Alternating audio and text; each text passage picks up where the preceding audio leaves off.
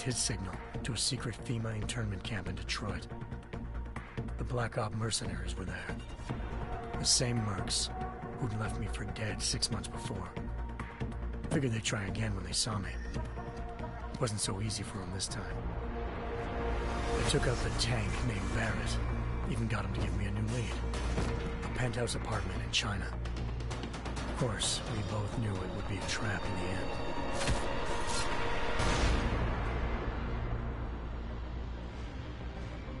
Hengsha Island, China. Home to a city so crowded, they had to build a second city on top of it. Trying to find clues.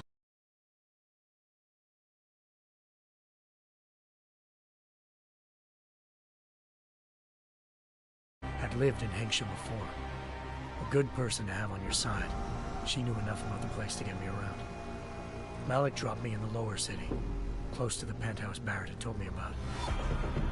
Bell Tower Associates, a private security firm under contract to the Chinese government, had agents tossing the suite when I arrived. Just not for the reason I'd been expecting. Turns out the man who lived there was a criminal hacker named Van Bruggen. The same hacker who'd been remotely controlling the AUG in Sarah's factory. Van Bruggen's panicked decision to force the man to commit suicide had been a mistake. Now his mercenary partners were gunning for him, and I needed to find him before they did. Locating Van Bruggen meant playing nice with the Triads, Hengsha's organized crime lords. They had the hacker holed up inside a low-rent capsule hotel. By the time I found him, Van Bruggen had no qualms giving up the woman who hired him. Zhao Yunru, president of the Taiyang Medical Corporation. According to Van Bruggen, Zhao wanted to monopolize the augmentation industry and had hired Black Op mercenaries to destabilize her competition.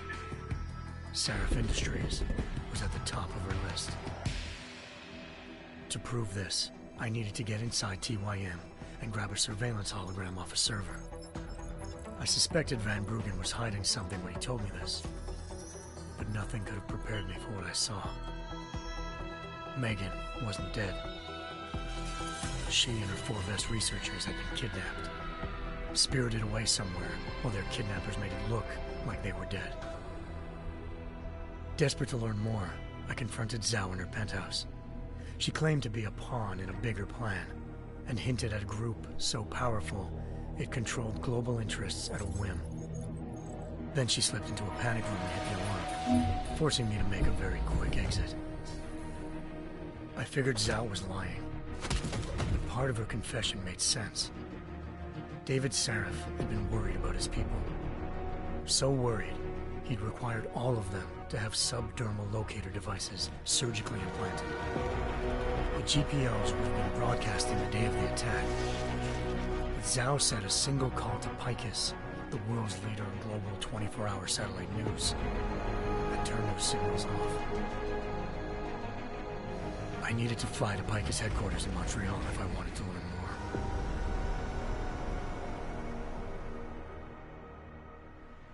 Eliza Cassan, Picus Communications' First Lady of News. Malik thought I was reaching when I told her Eliza was involved in this. The world's most famous news anchor, working with a mercenary hit squad. But when I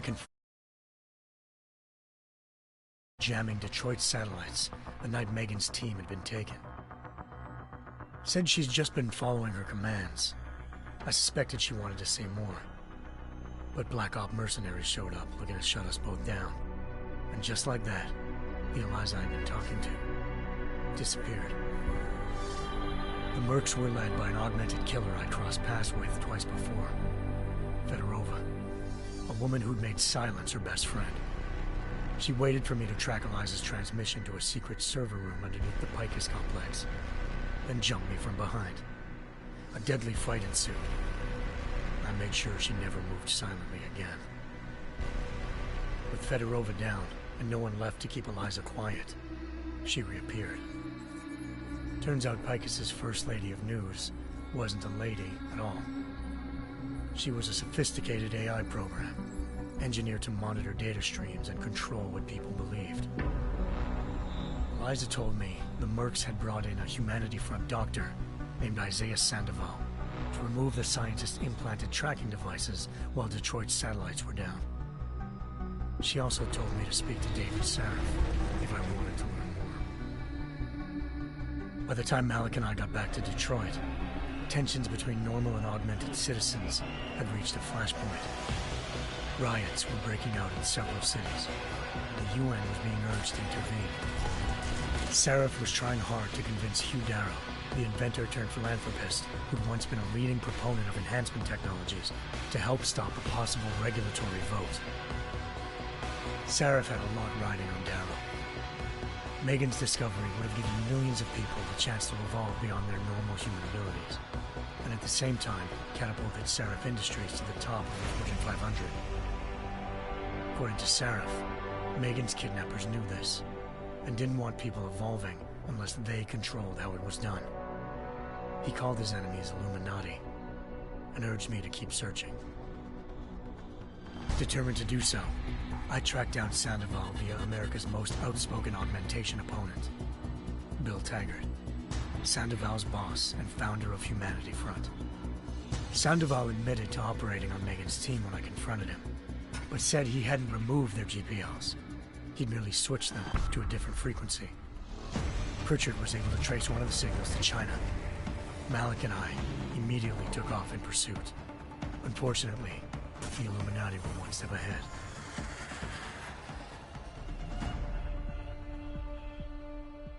Ambushed. Shot out of the sky by Bell Tower Associates, seconds after entering Hengsha's airspace. Malik's piloting skills saved me. After a tense and bitter struggle, I escaped into Lower Hengsha. The tracking signal I was following led straight to the Triads, or more specifically, to the augmented arm of Tong Si-hung, leader of a gang of augmentation harvesters. Tong said they'd taken the arm off a corpse, which Bell Tower had left at their door, meaning at least one of Sarif's scientists was dead. Maybe not the rest of them, though. Tong pointed me to a port used for human trafficking and helped me slip aboard a Bell Tower ship. It was sailing to Rifleman Bank Station, a military base in the South China Sea. Bell Tower was holding kidnapped civilians as prisoners there, and using them to perfect the Hyron Project, a human-computer interface that left most of its test subjects dead. My search for Megan would have ended then, if not for a mysterious ally named Quinn.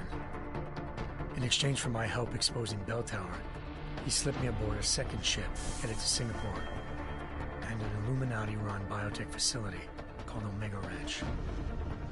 3 of Sarif's scientists were there, forced by their captors to create a technology capable of remotely shutting down augmented abilities.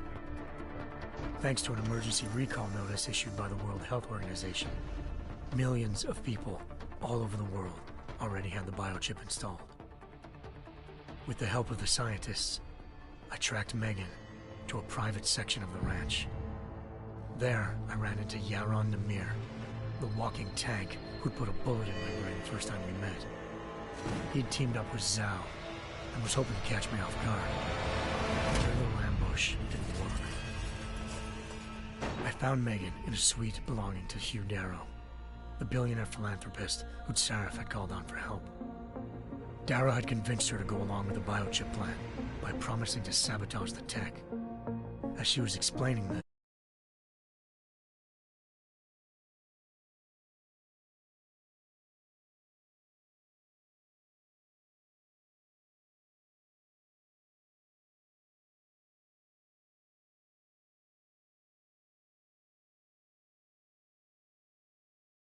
and it was up to me to set things right. To do it, I had to reach Panchaea, a massive installation in the Arctic Ocean. As I raced through corridors built by an all-augmented workforce, I saw death and destruction firsthand. By the time I shut down Darrow's broadcast, I knew the damage he'd done. Still, humanity's future remained unclear. How would the world react to this sabotage? Would people ever regain their faith in augmentations again? What would be the Illuminati's next move? Only time could give us the answers.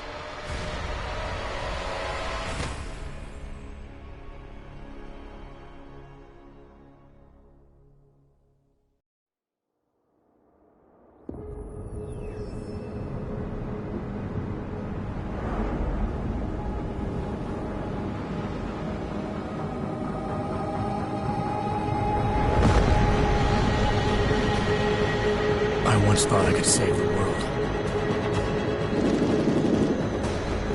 Now look at it.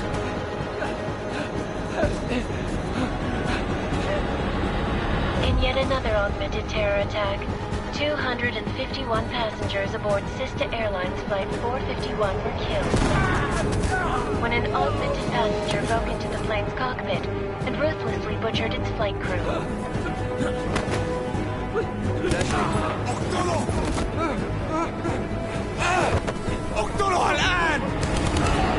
Details recovered from the black box recorder suggest that the man may have been suffering flashbacks to the AUG incident. That horrible day 2 years ago when augmented people all over the world flew into a psychotic killing spree, causing the greatest loss of life in recent history. Sometimes, you just have to let go. And embrace what you've become. Not gonna go all wonky on us now, Hansa, are you? Well, if I do, McCready, I guarantee you'll never see it coming. Agent Jensen, am I gonna have a problem with you? No, sir. No reason to assume you would. Good. Because you are the only augmented operative on this team, and I intend to make good use of you. Listen up, all of you. We got a sandstorm barreling down our arse and we can't afford to make mistakes. We're going after this man, an arms dealer named Shepard. He's ex-Bell Tower, one of the Special Forces commanders who disappeared during the incident. And he's come out of hiding. That cannot be good. It's not. He's selling weapons and military-grade augments to terrorists. This is Aran Singh, the undercover agent who lured Shepard out of his hole. Best you see Interpol's got. But 3 years he's worked hard to get in tight with the Jinn, an Iraqi smuggling cartel that's infected the Eastern Hemisphere like a plague. Last week, our arms dealer sent a message to the Jinn, offering to sell them a shitload of black market merchandise dirt cheap. They told Singh to handle the buy. They're not gonna like it when Interpol disrupts their party. Is Singh's cover really that good? It is right now. We need to keep it that way. This is where the deal's going down. A half-finished high-rise hotel that's been abandoned ever since the incident. It's not a pretty picture inside. Let me guess. Most of the laborers were augmented with heavy-duty industrial rigs.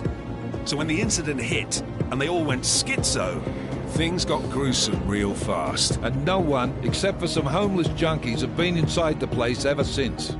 So what's the plan, Director? Singh's meeting Shepard on the ground floor, inside the hotel's main atrium. He sent the bulk of his Jinn crew to the penthouse levels to secure a vantage point. I want McCready's team to take up positions overlooking the atrium and make the arrest. Jensen, you're going in solo from the roof. My objectives? Keep the Jinn from joining the party.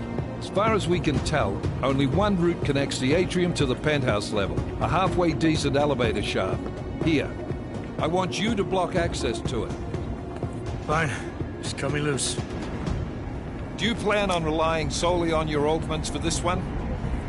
I'd recommend taking a little hardware, just to be sure.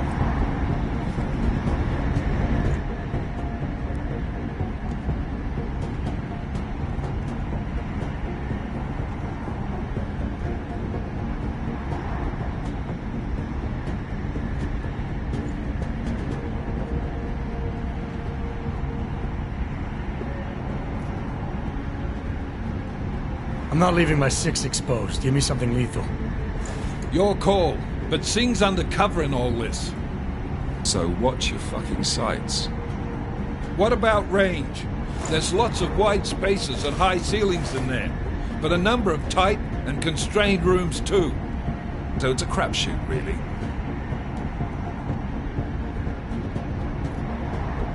Never was one to play the odds. Give me something I can use up close. You got it.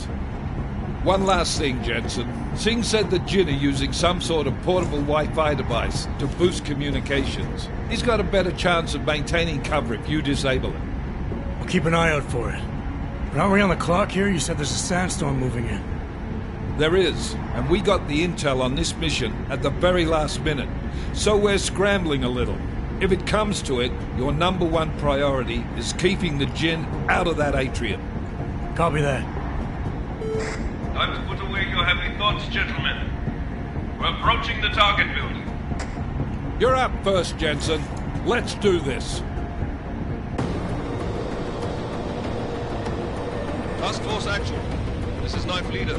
Engage Hush drives and descend to Angels 1-5.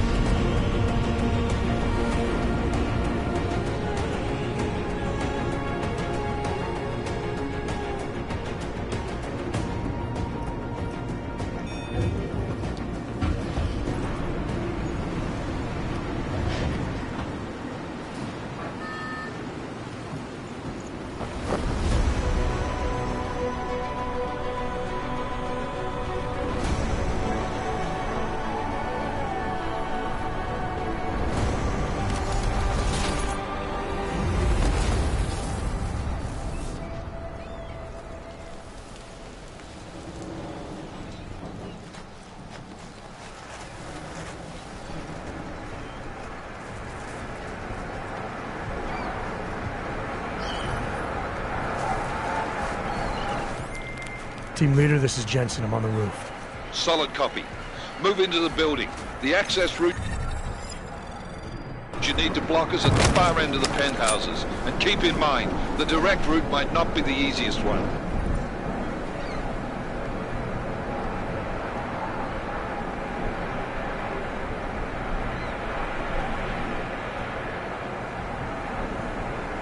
Roger that.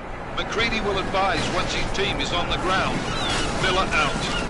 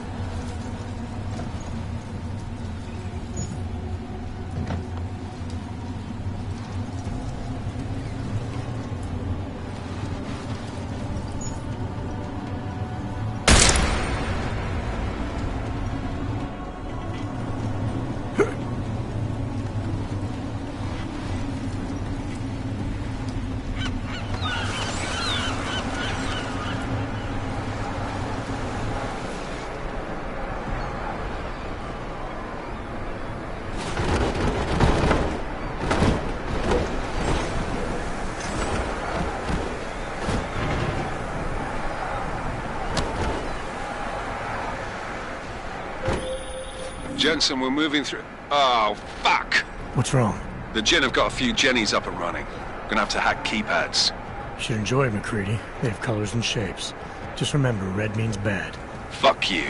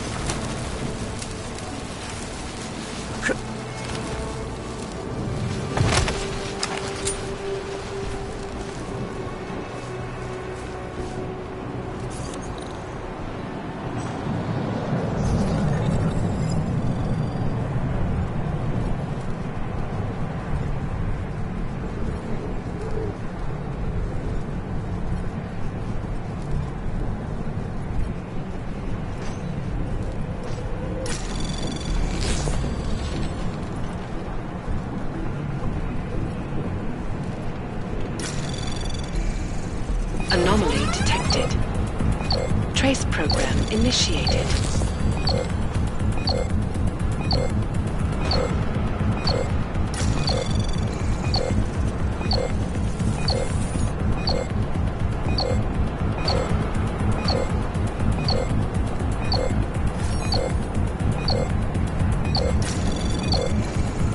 Access granted.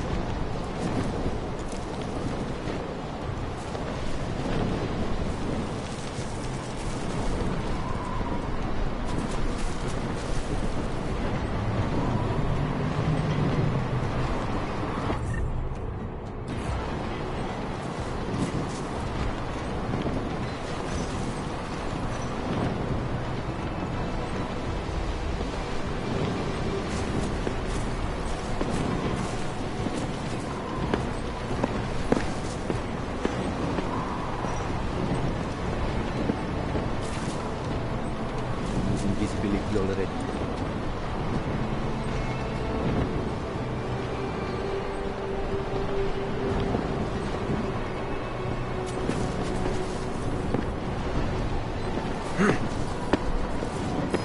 Over there! Distraction!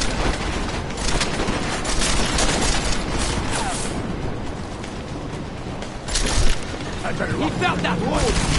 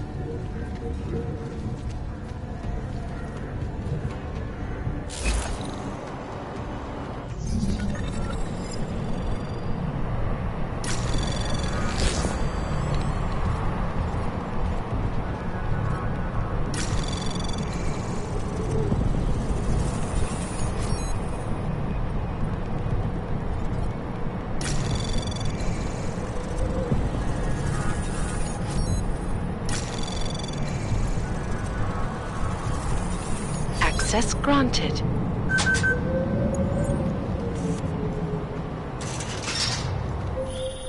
Jensen, Mac, listen up. Doppler shows that sandstorm's moving in fast. It's big, and it's gonna hit us hard. God, I hate the fucking desert. Confirm visual? I can. Time is not on our side. Copy that. Solid copy.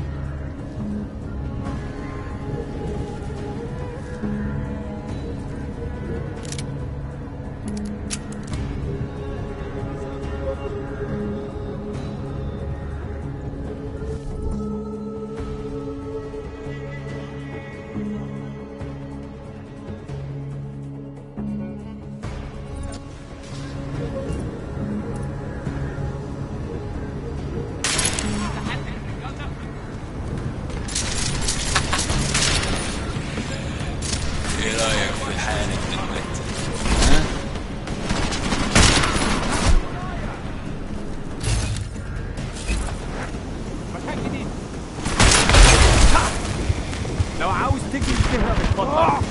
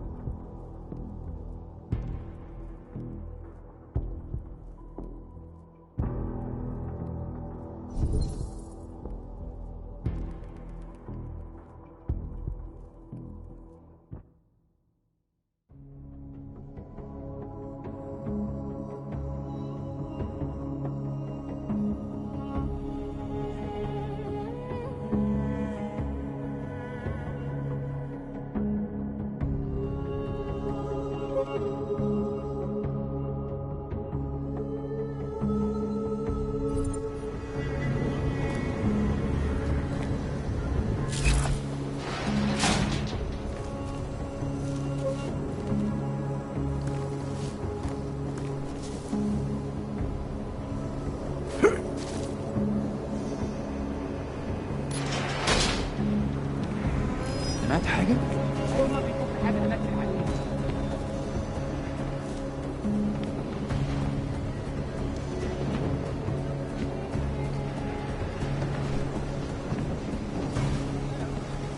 مفيش حاجة.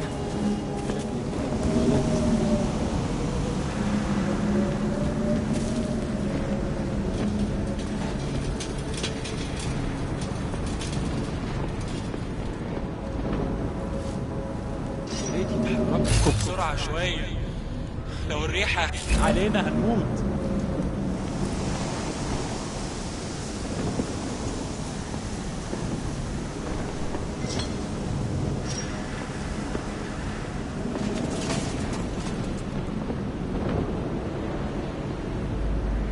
كل اللي أنا عايزه إن أخرج من المكان الكئيب ده.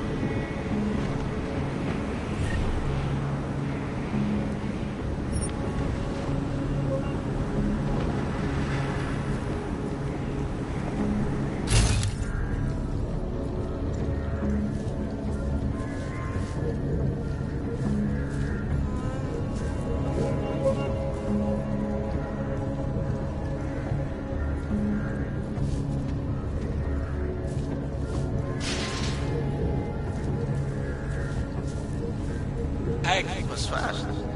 You installed the signal booster already? عشان جديدة على السوق بعيد النظام. There is too much riding on this deal. Last thing we need is the guns breaking down. فهمت. يلا نبتدي نتحرك.